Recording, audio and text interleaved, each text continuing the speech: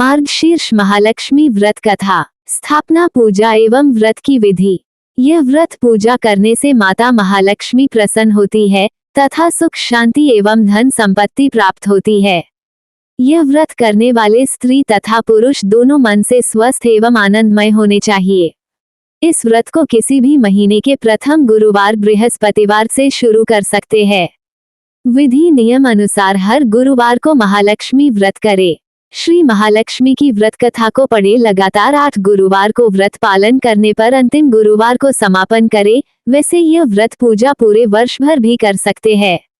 पूरे वर्ष भर हर गुरुवार के देवी की प्रतिमा या फोटो के सामने बैठकर व्रत कथा को पढ़ें। 2 शेष गुरुवार के दिन 8 सुहागनों या कुंवारी कन्याओं को आमंत्रित कर उन्हें सम्मान के साथ पीढ़ा या आसन पर बिठाकर श्री महालक्ष्मी का रूप समझकर हल्दी कुमकुम लगाएं। पूजा की समाप्ति पर फल प्रसाद वितरण करें तथा इस कथा की एक प्रति उन्हें देकर नमस्कार करें। केवल नारी ही नहीं अपितु पुरुष भी ये पूजा कर सकते हैं। वे सुहागन या कुमारिका को आमंत्रित कर उन्हें हाथ में हल्दी कुमकुम प्रदान करें तथा व्रत कथा की एक प्रति देकर उन्हें प्रणाम करें। पुरुषों को भी इस व्रत कथा को पढ़ना चाहिए। जिस दिन व्रत हो उपवास करें, दूध फलाहार करें, खाली पेट न रहे। रात को भोजन से पहले देवी को भोग लगाएं एवं परिवार के साथ भोजन करें। 3 पद्म पुराण में यह व्रत गृहस्थ जनों के लिए बताया गया है। इस पूजा को पति पत्नी मिलकर कर सकते हैं। अगर किसी कारण पूजा में बाधा आए तो औरों से पूजा करवा लेनी चाहिए, पर खुद उपवास अवश्य करें। उस गुरुवार को गिनती में न लें। 4 अगर किसी दूसरी पूजा का उपवास गुरुवार को आए तो भी ये पूजा की जा सकती है। दिन रात में भी पूजा की जा सकती है। दिन में उपवास करें तथा रात में पूजा के बाद भोजन कर लें। इस व्रत कथा को सुनने के लिए अपने आस पड़ोस के लोगों को, रिश्तेदारों को तथा घर के लोगों को बुलाएं। व्रत कथा को पढ़ते समय शांति तथा एकाग्रता बरतें। 5 अगहन मार्गशीर्ष के पहले गुरुवार को व्रत शुरू करें तथा अंतिम गुरुवार को उसका समापन करें। अगर माह में 5 गुरुवार आए तो 5 गुरुवार को उस दिन अमावस्या या पूर्णिमा तो भी पूजा करें। श्री महालक्ष्मी देवी की स्थापना, विसर्जन तथा पूजा विधि। इस पूजा को करने के लिए किसी ब्राह्मण पुरोहित की आवश्यकता नहीं है। हर कोई अपनी भक्ति से पूजा कर सकते हैं। एक दिन पूर्व ही घर को गोबर से लेप ले या फिर गीले कपड़े से पोंछ लें।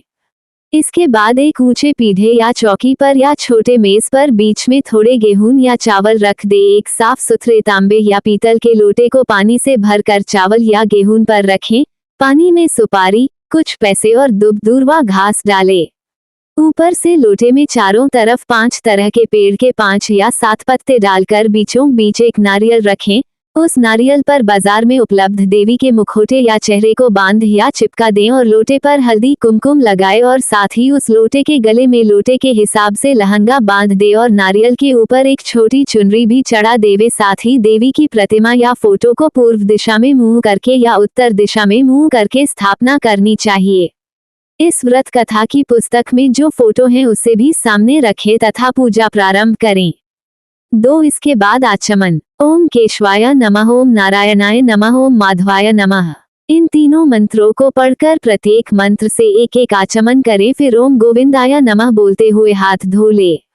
फिर देवी को फूलों से जल का छींटा देते हुए स्नान करवाएं और हल्दी कुमकुम लगाएं। पुष्प हार अर्पित करें, धूप दीप जलाएं। फिर इसके बाद भोग लगाकर महालक्ष्मी व्रत के महात्म्य का पाठ करें। शुरू में महालक्ष्मी नमन अष्टक का पाठ करें। फिर देवी को प्रणाम कर कथा का पाठ शुरू करें। कथा की समाप्ति पर देवी की आरती उतारें तथा फिर से प्रणाम करें। 3 रात को फिर देवी की पूजा करें। मिष्ठान का भोग लगाएं तथा गौ माता के लिए भी अन्न रखें और दूसरे दिन सुबह गौ माता को उनका हिस्सा अर्पित करें। इसके बाद परिवार के सदस्यों के साथ मिलकर भोजन करें।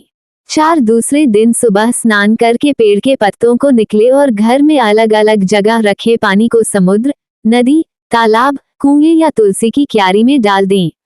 जिस जगह पूजा की हो वहां हल्दी कुमकुम छिड़ककर 3 बार प्रणाम करें।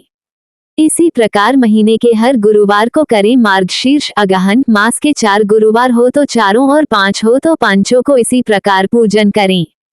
पद्म पुराण में कहा गया कि जो कोई भक्त हर वर्ष श्री महालक्ष्मी जी का ये व्रत करेगा उसे सुख संपदा और धन लाभ होगा।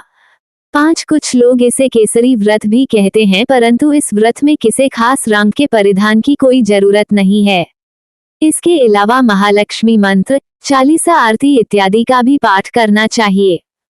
पूजन सामग्री: 1 नारियल पानी वाला, 1 सुपारी, 1 हल्दी की गांठ, 1 रुपया या कोई सोने या चांदी का सिक्का कलश में डालने के लिए, 1 पाटा, चौकी या छोटा टेबल, 1 स्वच्छ धुला हुआ वस्त्र पाटा या चौकी पर बिछाने के लिए, 1 कलश जिस पर नारियल की स्थापना हो सके, 5 प्रकार के फल, 5 पेड़ों के पत्ते, बरगद, पीपल, आम, अशोक, पाकड़ या जो भी बड़े पत्ते मिल जाए। अथ श्री महालक्ष्म्यष्टकम्। नमस्तेस्तु महामाये श्रीपीठे सुरपूज्यते शंखचक्रगदाहस्ते महालक्ष्मी नमोस्तुते। नमस्ते गरुडारूढे कोलासुरभयंकरी सर्वपापहरे देवी महालक्ष्मी नमोस्तुते। सर्वज्ञे सर्ववरदे सर्वदुष्टभयंकरी सर्वदुःखहरे देवी महालक्ष्मी नमोस्तुते। सिद्धिबुद्धिप्रदे भुक्तिमुक्तिप्रदायिनी मंत्रमूर्ते सदा देवी महालक्ष्मी नमोस्तुते। आद्यंतर्हिते आद्यशक्ति महेश्वरी योगजे योग संभूते महालक्ष्मी नमोस्तुते। स्थूल सूक्ष्म महारौद्रे महाशक्ति महोदरे महापापहरे महाशक्ति महोदरे देवी महालक्ष्मी नमोस्तुते। पद्मासन स्थिते देवी परब्रह्म स्वरूपिणी परमेशी जगन्मातर महालक्ष्मी महालक्ष्मी नमोस्तुते। श्वेतांबर धरे देवी नानालंकार भूषिते जगत स्थिते जगन्मातर महालक्ष्मी महालक्ष्मी नमोस्तुते। महालक्ष्म्यष्टकम् स्तोत्रम् यः पठेत् भक्तिमान् नरः सर्वसिद्धिं वाप्नोति राज्यं प्राप्नोति सर्वदा। एककाले पठेन् नित्यं महापापविनाशनम्, द्विकालं यः पठेन् नित्यं धनधान्यसमन्वितः, त्रिकालं यः पठेन् नित्यं महाशत्रुविनाशनम्, महालक्ष्मीर्भवेन् नित्यं प्रसन्ना वरदा शुभा। इति श्री महालक्ष्मी स्तोत्र समाप्त। वार्थी की तरह केवल अपने ऊपर ही खर्च करेगा, ये सोचकर श्री महालक्ष्मी जी ने बूढ़ी ब्राह्मण स्त्री का रूप धारण किया। हाथ में लाठी लिए लाठी के सहारे रानी के द्वार तक पहुंची। यद्यपि उन्होंने बूढ़ी औरत का रूप धारण किया था, पर उनके चेहरे पर देवी का तेज था। उन्हें देखते ही एक दासी सामने आई। उसने इनका नाम, धाम, काम, धर्म पूछ डाला। वृद्ध ब्राह्मण का रूप धारित माता लक्ष्मी ने कहा, बालिके, मेरा नाम कमला है, मेरे पति का नाम भुवनेश है। हम द्वारिका में रहते हैं। तुम्हारी रानी पिछले जन्म में एक वैश्य की पत्नी थी। वह वैश्य गरीब था। दारिद्र्य के कारण हर रोज घर में झगड़े होते थे तथा उसका पति रोज उसे मारता था। इन बातों से तंग आकर वह घर छोड़कर चली गई तथा वन जंगल में खाली पेट भटकने लगी। उसकी इस दुर्दशा पर मुझे दया आई। तब मैंने उसे सुख संपत्ति देने वाली श्री महालक्ष्मी की कथा सुनाई। मेरे कहने पर उसने श्री महालक्ष्मी का व्रत किया। श्री महालक्ष्मी प्रसन्न हुई, उसकी गरीबी दूर हुई। उसका घर संसार दौलत, संतति, संपत्ति से भर गया। बाद में पति पत्नी दोनों परलोक से धरे। लक्ष्मी व्रत करने के कारण वे लक्ष्मी लोक में रहे। उन्होंने जितने साल महालक्ष्मी का व्रत किया उतने हजारों साल उन्हें सुख भोग मिला। इस जन्म में उसका जन्म राजघराने में हुआ है, परंतु वह श्री महालक्ष्मी का व्रत करना भूल गई है। उसे यह याद दिलाने में यहाँ आई हूँ। बुढ़िया की बातें सुनकर दासी ने उन्हें प्रणाम किया तथा श्री महालक्ष्मी का व्रत किस तरह किया जाए इस बारे में पूछा। बुढ़िया रूप धारण किए हुए श्री महालक्ष्मी माता ने दासी को पूजा की विधि तथा महिमा बताई। इसके बाद वह दासी माता को प्रणाम कर रानी को बताने अंदर चली गई। राजवैभव में रहते हुए रानी को अपने ऐश्वर्य का बहुत घमंड हुआ था। संपत्ति तथा अधिकार की वजह से वह उन्मत्त हो गई थी। दासी द्वारा बताई गई बुढ़िया की बातें सुनकर वह आग बबूला होकर राजद्वार पर आकर बुढ़िया रूपी श्री महालक्ष्मी पर बरस पड़ी। उसे यह मालूम नहीं था कि श्री महालक्ष्मी माता बुढ़िया का रूप धारण किए द्वार तक आई है। परंतु रानी का इस कदर रूख बर्ताव तथा अपना अनादर देखकर माता ने वहां ठहरना ठीक न समझा। वे वहां से चल पड़ी। राह में उन्हें राजकुमारी शयंबाला मिली। उन्होंने शयंबाला को सारी बात बताई। शयंबाला ने अपनी ओर से श्री महालक्ष्मी माता से क्षमा मांगी। माता को उस पर दया आई। उन्होंने शयंबाला को श्री महालक्ष्मी व्रत के बारे में बताया। उस दिन अगहन मार्गशीर्ष माह का पहला गुरुवार था। श्यामबाला ने परम श्रद्धा से श्री महालक्ष्मी का व्रत रखा। फलस्वरूप राजा सिद्धेश्वर के सुपुत्र मालाधर से उसका विवाह हुआ। वह धन दौलत ऐश्वर्य वैभव से मालामाल हो गई। पति के साथ ससुराल में आनंद से दिन बिताने लगी। इधर श्री महालक्ष्मी का रानी पर प्रकोप हुआ। फलस्वरूप राजा भद्रश्रवा का राज्य एवं राजकरोबर नष्ट हो गया। यहाँ तक कि खाने के लाले पड़ गए। ऐसी हालात में एक दिन रानी ने राजा से निवेदन किया, हमारा दामाद इतना बड़ा राजा है, धनवान है, ऐश्वर्यशाली है, क्यों न उसके पास जाए, अपना हाल उसे बताए, वो जरूर हमारी मदद करेगा। इस बात पर राजा भद्रश्रवा दामाद के पास रवाना हुए। राज्य में पहुंचकर एक तालाब के किनारे थोड़ी देर विश्राम लेने के लिए ठहरे। तालाब से पानी लेने आते जाते दासियों ने उन्हें देखा। उन्होंने विनम्रता से उनकी पूछताछ की। जब उन्हें यह मालूम हुआ कि वे रानी श्यामबाला के पिता है तो दौड़ते हुए जाकर उन्होंने रानी को सारी बात बताई। रानी ने दासी के हाथ राज परिधान भेजकर बड़े ठाठ से उनका स्वागत तथा आदर सत्कार किया, खान पान करवाया। जब वे लौटने लगे तो सोने की मोहरों से भरा घड़ा दिया। राजा भद्रश्रवा जब वापस लौटे तो उन्हें देखकर रानी सूरतचंद्रिका खुश हुई। उन्होंने सोने की मोहरों से भरे घड़े का मुंह खोल, पर हाय भगवान, घड़े में धन के बदले कोयले मिले। ये सब श्री महालक्ष्मी के प्रकोप से हुआ। इस प्रकार दुर्दशा में और कई दिन बीत गए। इस बार रानी स्वयं अपनी कन्या के पास गई। वह दिन अगहन माह का अंतिम गुरुवार था। श्यामबाल ने श्री महालक्ष्मी का व्रत किया, पूजा की, अपनी माता से भी व्रत करवाया। इसके बाद रानी अपने घर आई। श्री महालक्ष्मी का व्रत रखने पर उसे फिर से अपना राजपाट, धन दौलत, ऐश्वर्य प्राप्त हुआ। वो फिर से सुख शांति आनंदमय जीवन बिताने लगी। कुछ दिनों बाद राजकन्या श्यामबाला अपने पिता के घर आई। उसे अपने घर देखकर सूरतचंद्रिका को पुरानी बातें याद आई।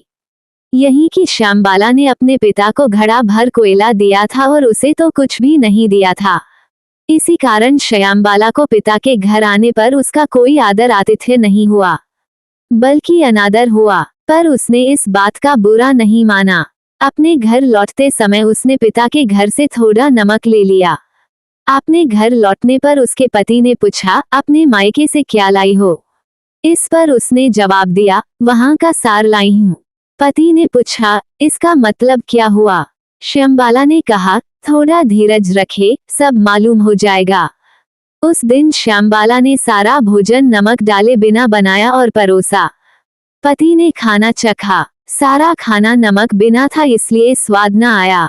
फिर श्यामबाला ने थाली में नमक डाला, इससे सारा भोजन स्वादिष्ट लगने लगा। तब श्यामबाला ने पति से कहा, यही है वह मायके से लाया हुआ सार। पति को उसकी बात सही लगी। फिर वह दोनों हंसी मजाक करते हुए भोजन करने लगे।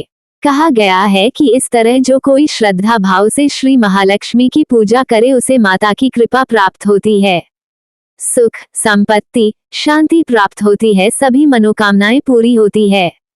परंतु ये सब प्राप्त होने पर माता की पूजा को भूलना नहीं चाहिए। हर गुरुवार को व्रत पाठ अवश्य करना चाहिए। इस तरह श्री महालक्ष्मी की महिमा भक्तों की मनोकामना पूरी करती है। इस प्रकार श्री महालक्ष्मी की गुरुवार की कथा संपूर्ण होती है।